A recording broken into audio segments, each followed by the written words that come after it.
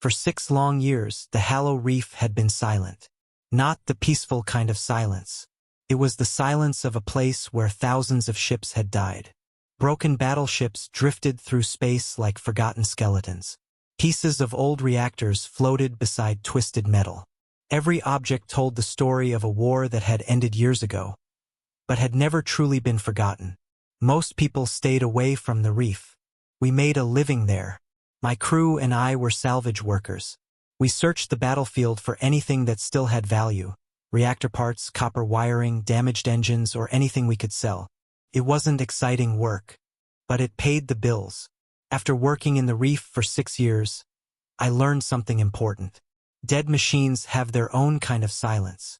And things that were once alive, they sound different. That difference saved a life. It started on what seemed like another ordinary day. We had already spent 3 days searching the wreckage. The cargo hold was filling up with scrap metal, and everyone was tired. Tomas was sitting in the communication room, wearing his headphones like always. Whenever he got bored, he listened to the background noise of space. Most people heard nothing but static. Tomas heard patterns. Suddenly, he pulled one side of his headphones away and looked at me. "Captain, you need to hear this." His voice was calm. Too calm. I walked over to his station. "What is it?" He replayed the signal. At first, it sounded like ordinary interference. Just random bursts of static. But then I noticed something strange. The signal repeated. Exactly every 40 seconds. Again, and again, and again. No mistakes. No changes. Like someone or something had been sending the same message for years. I checked the emergency registry through our communication link. Within seconds, the system found a match. An old civilian emergency beacon. The report had already been closed. The official record simply read, "Resonance interference caused by nearby debris. No useful signal detected. No further investigation required." The file had been closed 6 years ago. Priya, our engineer, looked over my shoulder.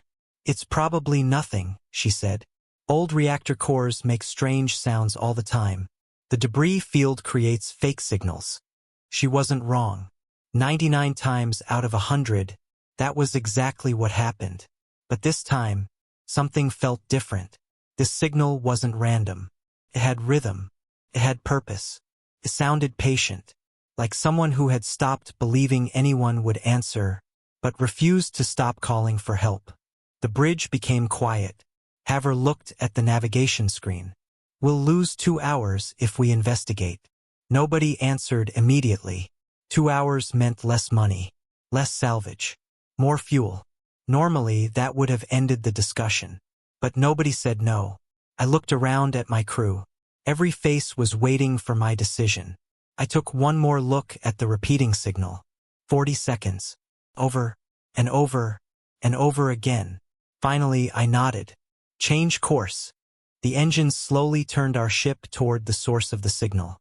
None of us knew it yet, but that single decision was about to change 4 lives forever.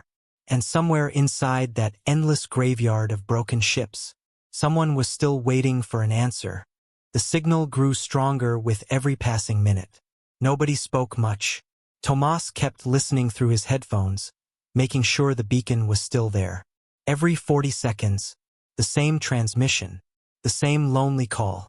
It never stopped. Finally, our scanners found the source. At first, it looked like just another wreck. A small survey ship almost completely destroyed. Its entire front section had been ripped apart. One engine floated hundreds of meters away, spinning slowly through space. The rest of the ship was trapped inside the massive skeleton of an old battleship from the war. It looked like a tiny insect caught inside the ribs of a giant beast. "If that battleship hadn't trapped it," Priya whispered, "this ship would have been torn apart years ago." She was right. The reef destroyed almost everything. Yet somehow, this little ship had survived. And so had its beacon. We carefully moved closer. No active weapons. No engine heat. No life signs. Just silence. Or at least, that's what we believed. Tomas pointed toward one section of the scanner. "The signal is coming from the rear compartment." We matched our speed with the drifting wreck and slowly attached our grappling lines. Every movement had to be perfect. One wrong push could break the ship into pieces. The metal was weak after 6 years in open space. Priya and I suited up while Haver kept the tug stable. A few minutes later, we crossed into the damaged ship. The inside was darker than I expected. Our helmet lights cut through floating dust and frozen debris. Broken wires hung from the ceiling. Control panels were smashed. Tools floated silently through the narrow hallway. There wasn't a single sign that anyone had walked these corridors for years. The air was gone. The heat was gone. Only the emergency beacon was still alive. Beep, 40 seconds. Beep, 40 seconds. It echoed through the empty ship like the heartbeat of a ghost. We followed the sound deeper inside. Every step made the old metal groan beneath our boots. Finally, Priya stopped. There. She pointed toward a sealed emergency survival pod bolted against the wall.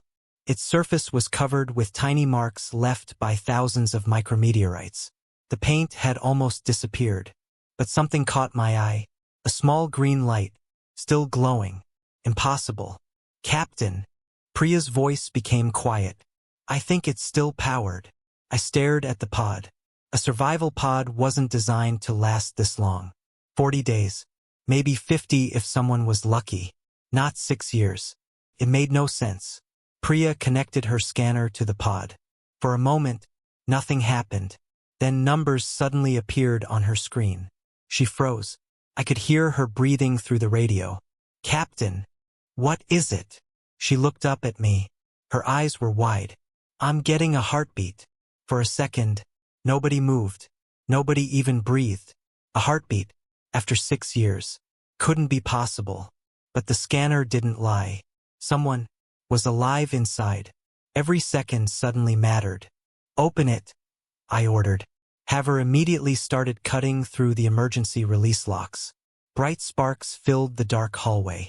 The beacon continued repeating its lonely message. 40 seconds. Again. Again. Again. Whoever was inside had never stopped asking for help. And today, for the first time, someone had finally answered. Just as the final lock began to melt, Tomas's frightened voice exploded over the radio. Captain. His breathing was fast now. Something just powered on. I stopped. What are you talking about? The battleship. Silence. Then he spoke again. I think it's waking up. The moment Tomas shouted over the radio, everything changed. Captain. The battleship is waking up. For a second, I thought he was joking. That old warship had been drifting through the reef for 6 years. Cold. Dead. Forgotten. It wasn't supposed to wake up. What did you see? I asked. I'm reading a power surge, Tomas replied. Something inside just came online. My heart sank. I looked through the broken hull toward the massive battleship outside. It was enormous. Hundreds of times larger than our salvage tug. Its armor was covered in scars from an ancient war. Most of its weapons had been silent for years. But now, tiny lights were beginning to glow across its surface. Like a giant opening its eyes. Priya checked her scanner. Oh no! She looked at me. It's a sentinel. I already knew what that meant. During the war, both sides built automated defense ships called Sentinel Hulks. They didn't need pilots. They didn't need crews. Their only job was simple. Wait, watch. Destroy anything that entered their range. Some guarded military bases. Others protected important routes through space. Even after the war ended, many were never shut down. They simply waited. Year after year. Patient. Silent. Deadly. For 6 years, this sentinel had remained asleep. Then our engines, our scanners, and our grappling system had finally given it something to notice. How much time do we have? I asked. Tomas checked the readings. His answer came almost immediately. 5 minutes. Maybe less. That wasn't enough time. The survival pod was still sealed. The Sentinel was beginning to rebuild its targeting systems. If it locked onto our ship, we wouldn't survive the first shot. Haver finished cutting the final emergency lock. The heavy metal cover slowly released with a loud click. Pod is ready, he shouted. Open it. Priya connected our life support system to the pod. Fresh air rushed inside. Pressure slowly equalized between the pod and our airlock. The door finally slid open. Inside, someone moved. Very slowly. A woman. She was painfully thin. Her face was pale, almost gray. Her breathing was weak. The emergency suit hanging from her shoulders was faded and torn. 6 years had left their mark on her. She looked less like a survivor and more like someone who had become part of the machine keeping her alive. Her eyes opened. Slowly. They locked onto mine. I expected relief, tears, a smile. Instead, she simply stared, as if she couldn't believe we were real, like she had imagined this moment so many times that reality no longer made sense. She reached out with a trembling hand, not to grab us, just to make sure we existed. It's okay, I said softly. We're here to take you home. She tried to speak. Nothing came out. Her throat was too dry, too weak. Priya quickly handed her a breathing mask connected to our oxygen supply. The woman took one deep breath, then another. Her eyes slowly filled with tears, not because she was safe, but because after 6 years, she was no longer alone. We have to move, Tomas yelled through the radio. The Sentinel is locking sectors one by one. The entire wreck suddenly vibrated. A deep metallic sound echoed through the ship. Far outside, massive weapon systems were turning for the first time in years. The ancient machine had found a target, and it was looking for us. Everyone back to the ship, I shouted. There was no time to waste. Haver lifted the woman as carefully as he could. She was so light it felt like she weighed almost nothing. 6 years trapped inside that tiny survival pod had taken everything from her. Every step was slow. Every breath was a struggle. But somehow, she was still alive. Priya stayed close, checking her vital signs while we hurried through the dark hallway.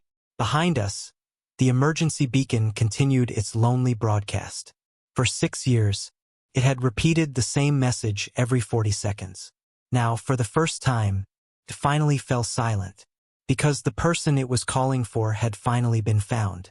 As we crossed back into our salvage tug, Tomas's voice came through again. Captain, we've got a problem. I didn't like the sound of his voice. What now?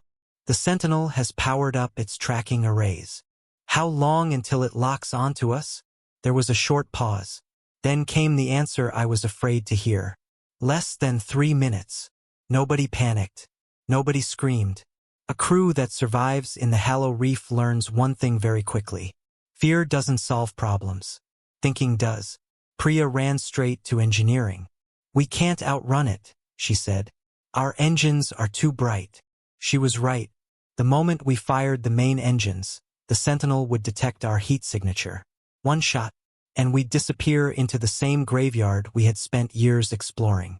There has to be another way, Haver said. Priya stopped for a moment. Then a small smile appeared on her face. I've got an idea. She rushed toward the control panel.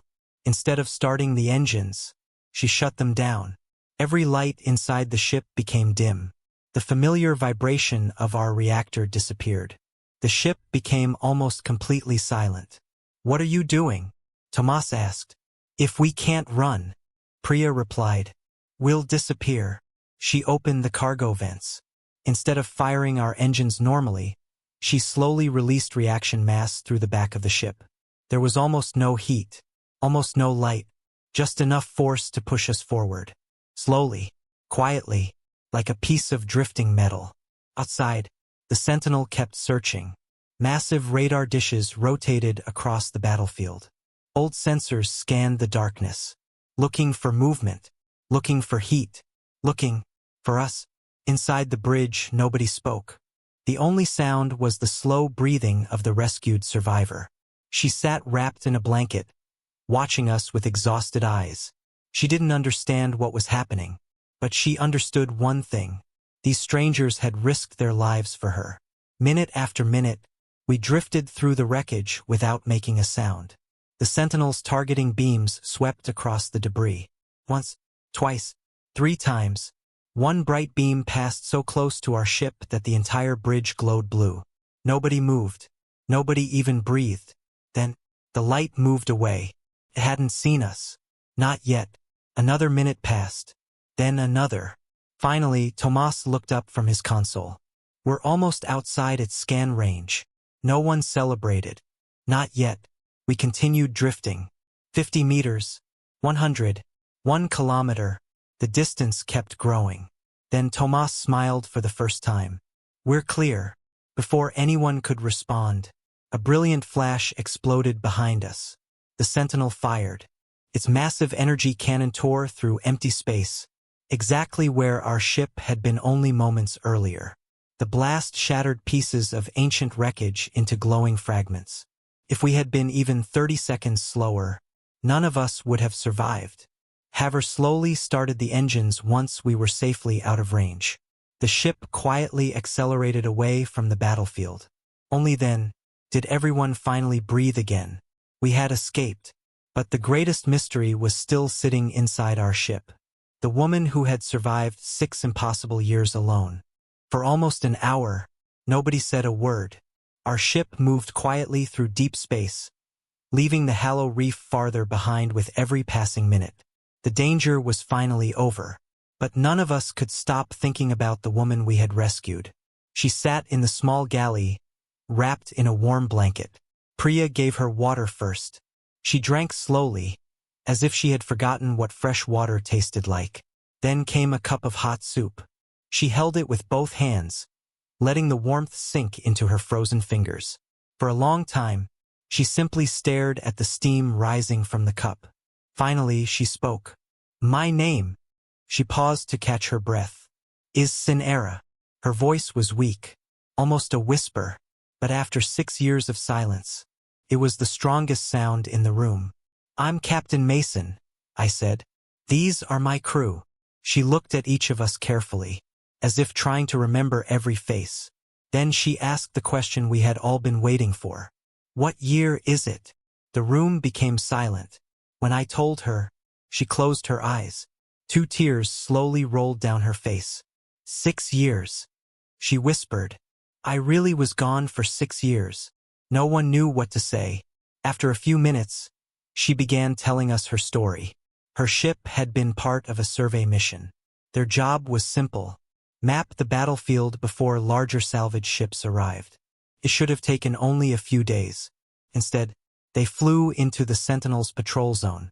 At first, they didn't even know it was there. The machine stayed completely silent, hidden, watching, waiting. Then it attacked. Without warning, one ship disappeared. Then another. Every rescue attempt failed. Every escape route was blocked.